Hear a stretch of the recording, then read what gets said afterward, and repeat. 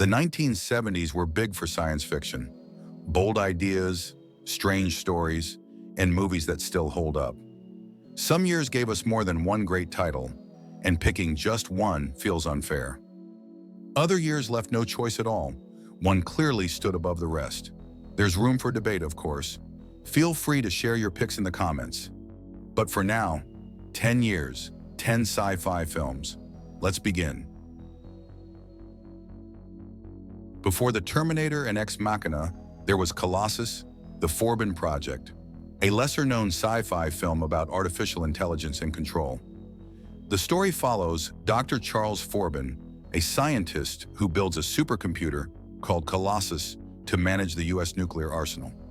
Things go wrong fast when Colossus connects with a similar Soviet machine and decides that humans can't be trusted with power. The film doesn't rely on action or big effects.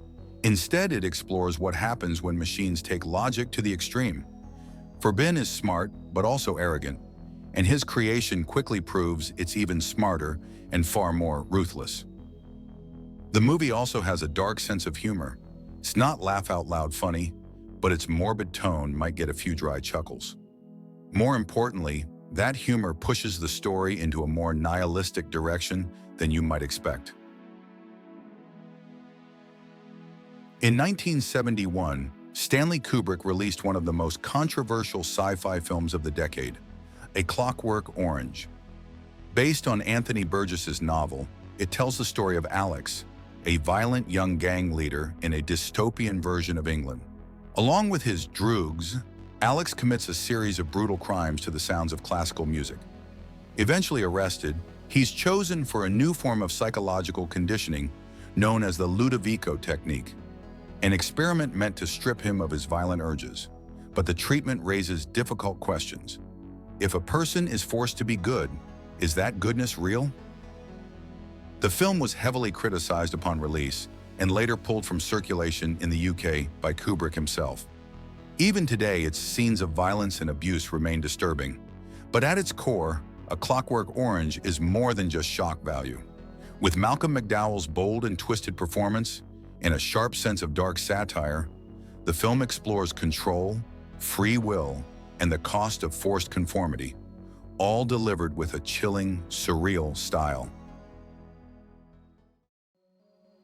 Released in 1972, Solaris is Andrei Tarkovsky's quiet, haunting take on science fiction. Based on the novel by Polish author Stanislaw Lem, it tells the story of psychologist Chris Kelvin, who arrives at a space station orbiting the planet Solaris. The crew is unstable, and something about the planet is deeply unsettling. Soon, Chris is visited by a strange, physical version of his late wife, a perfect copy made not by technology, but by Solaris itself. The planet seems to read people's memories and recreate them, forcing them to face what they've lost or tried to forget. Often called the defining film of the Soviet cosmonaut era, Solaris isn't a story of heroism or technological progress. It's a disorienting meditation on memory, loss, and guilt. The film avoids action and spectacle, choosing instead a slow, reflective approach. It doesn't explain everything, and that's the point. Solaris asks questions rather than answers them, and lets the audience sit with the weight of what it means to remember. In 1973, writer-director Michael Crichton made his feature debut with Westworld, a sci-fi thriller set in a futuristic amusement park. The park, called Delos, offers 3 themed worlds where guests can live out their fantasies, interacting with lifelike robots that are programmed to serve and entertain. Things take a dark turn when the system starts to fail. The robots, including a silent gunslinger played by Yul Brynner, begin to act on their own and turn violent. Westworld blends science fiction with Western tropes in a way that feels both strange and exciting. The film was ahead of its time, touching on ideas like computer viruses and artificial intelligence long before they became common in pop culture. It even used early CGI, one of the first films to do so. While still in film school, John Carpenter and Dan O'Bannon made Dark Star, a sci-fi comedy set aboard a spaceship where the real threat isn't aliens, but boredom. The crew's mission is to destroy unstable planets that might endanger future colonies, but most of the time, they're just stuck in deep space, slowly losing their minds. A computerized bomb gains consciousness and starts questioning the meaning of life. A beach ball-shaped alien escapes and attacks a crew member with what looks like playful malice. A frozen captain occasionally offers advice. The tone jumps between deadpan absurdity and stoner philosophy, with effects that are either falling apart or weirdly charming. Despite its small budget, Dark Star finds clever ways to stretch every scene. Carpenter contributes his first synth-heavy score, and O'Bannon's sense of humor runs throughout. It's rough, strange, and proudly low rent, but that's exactly what gives it its charm.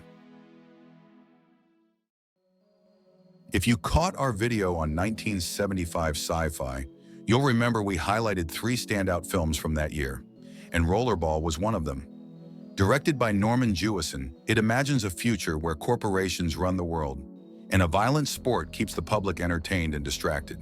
Teams on skates and motorcycles fight over a heavy steel ball in a brutal mix of roller derby and gladiator combat. James Caan plays Jonathan E., the game's top player. But when his fame grows too large, the system moves to erase him. The rules change, the danger rises, and the message is clear. No one is bigger than the game. Rollerball isn't just about the action, though the arena scenes are still intense. Beneath it all, it's a story about power, control, and what happens when someone refuses to step aside. The film questions who really benefits from violence and who's keeping the audience watching. Life inside the domed city of Logan's Run looks perfect. It's the year 2274, and there's no war, no poverty, no aging. Everyone is young, healthy, and beautiful. But there's one rule. When you turn 30, your time is up. Citizens take part in a public ritual called Carousel, where they're told they'll be nude. But many suspect it's just a clean, controlled way to die. Those who try to run are hunted down by Sandmen, including Logan, played by Michael York. When Logan is ordered to track down a group of runners, he begins to question everything. His journey outside the city, alongside Jenny Agutter's character, turns the story into a full-blown chase through a world that's broken, artificial, and starting to fall apart. The film leans into 70s futurism, glowing life clocks, glass domes, and jumpsuits in Christmas colors. The sets and miniatures may look dated now, but they give the film a distinct personality. Logan's Run might not dig deep into its ideas, but its story, world, and pacing helped make it a sci-fi classic. There was never much doubt about 1977. The year belongs to Star Wars. George Lucas took elements from sci-fi serials, westerns, mythology, and war films, and somehow turned them into something entirely new. Originally released without the Episode 4 subtitle, Star Wars was just a single risky film made with a cast of mostly unknown actors. No one could have predicted what came next. The story, by now familiar, a farm boy named Luke Skywalker joins a rebellion against a tyrannical empire and its planet-killing weapon, the Death Star. Along the way, he meets Princess Leia, Han Solo, Obi-Wan Kenobi, and 2 droids. At the center of the Empire stands Darth Vader, a villain who would soon become iconic. What makes Star Wars stand apart from every other 70s sci-fi movie is not just how it looked, but how it endured. Lucas wasn't making a story of his time. He was building a world that could live outside of time. Lately, that world has been stretched thin, overused, repackaged, and filled with stories that often feel like echoes of something better. But then something like Andor appears and proves the galaxy still has room for meaning, and that the world Lucas built still works, and we're all still living in it. In 1978, Richard Donner made audiences believe a man could fly. Superman was a huge gamble, a superhero film with a massive budget, a script co-written by The Godfather's Mario Puzo, and Marlon Brando and Gene Hackman in major roles. It could have fallen apart. Instead, it became the film that set the tone for everything that followed. The first half lays the foundation: the fall of Krypton, Clark Kent's childhood in Kansas, and the quiet strength that defines his character. This version of Superman, noble, sincere, and a little awkward, shaped how the character would be seen for decades. The film's tone is hopeful and unashamedly earnest. Its world feels idealized but not fake. A comic book vision of America that's more dream than satire.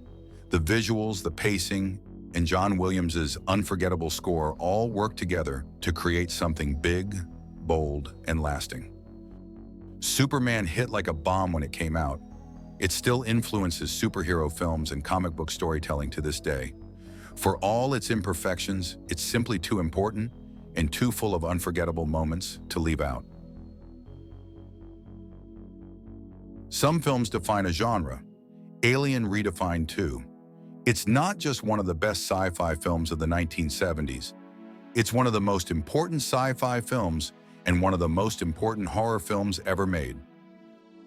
Ridley Scott set out to make the Texas Chainsaw Massacre in space, and somehow made something colder, slower, and far more unsettling.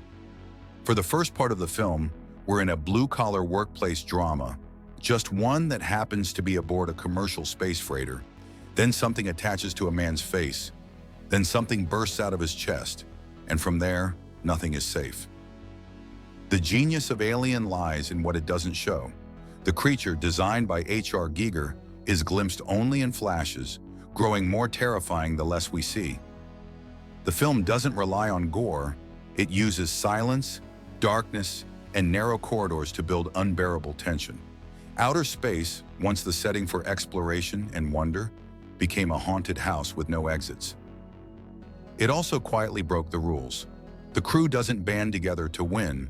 There's no heroic male lead. Instead, we get Ellen Ripley, smart, capable, and in control. She doesn't survive by luck. She survives because she's better prepared than everyone else. Alien didn't just blend sci-fi and horror, it rewrote both.